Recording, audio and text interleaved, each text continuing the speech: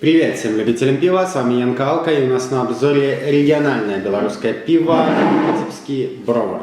Взял я два варианта пива, это губернское Двинский Бровар и темное золото Двинский Бровар. Все пиво пастеризованное, фильтрованное. В прошлом году я покупал пиво на заводе при магазине, не фильтрованное, не пастеризованное, оно все было вылито, к сожалению. Посмотрим, что будет здесь. Я пил и Урштейн от Витебского Бровара и много-много-много еще чего. В своей молодости я перепил очень много пива именно от Двинского Бровара, потому что один из моих друзей работал на этом заводе. Он был в дегустационной комиссии в том числе, и мы этого пива живого, нефильтрованно перепили столько, что я не могу вам передать. После этого я и стал интересоваться более точно пивом и перестал пить живое нефильтрованное по ГОСТу. Итак, имеем Двинский Бровар, губернское, пиво светлое, объем 0,5, состав вода питьевая, солод, светлый пивоваренный ячменный, хмель.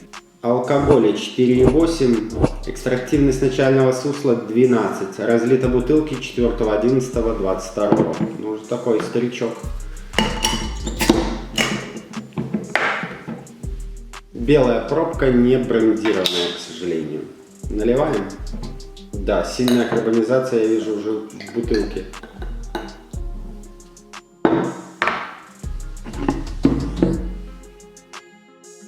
Какие-то кофейные тона, которые не должны здесь быть. Да. Кислит. Ужас. Уже ужас. Да, кислит, сера. Да, тут куча посторонки. Куча посторонки, к сожалению. Пока не буду пить, второй вариант откроем. 3.11.22 произведен. Пиво темное, пастеризованное, Двинский Бровар, темное золото. Вода питьевая, солод, светлый пивоваренный ячменный, солод жженый, хмель. Экстрактивность начального сусла 12, алкоголя 4,8.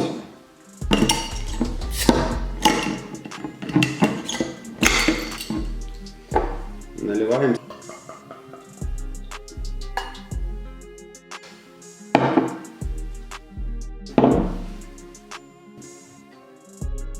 Блин, они одинаково пахнут. Вот эта кофейность, она типа от жженого солода, она есть в светлом почему-то.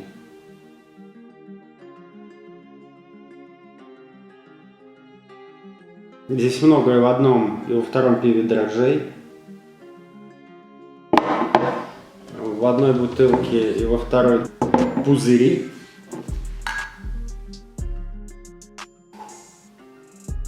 Сластинка здесь, как правильно выразиться, чтобы не обидеть витебских пивоваров. Здесь еще и вкус. Ладно, давайте все-таки попробуем светлое. На вкус, кстати, не такое плохое, как в аромате.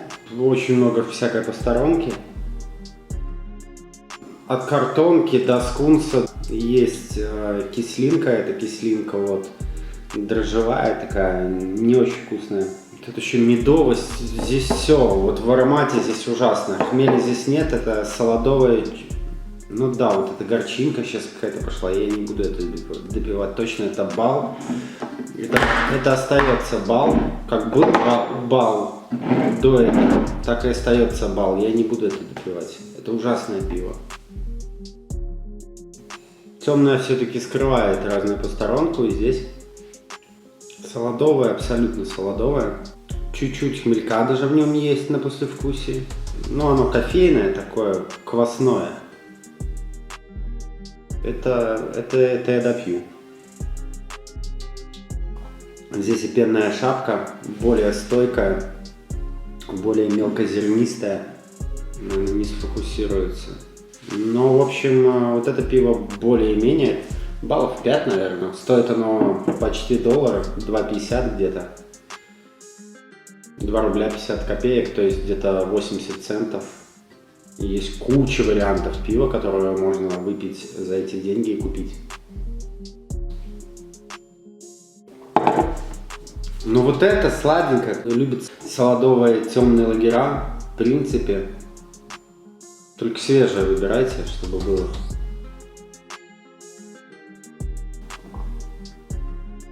Да, ну, все равно немножко скатывается, послевкусия не хватает, скатывается в воду.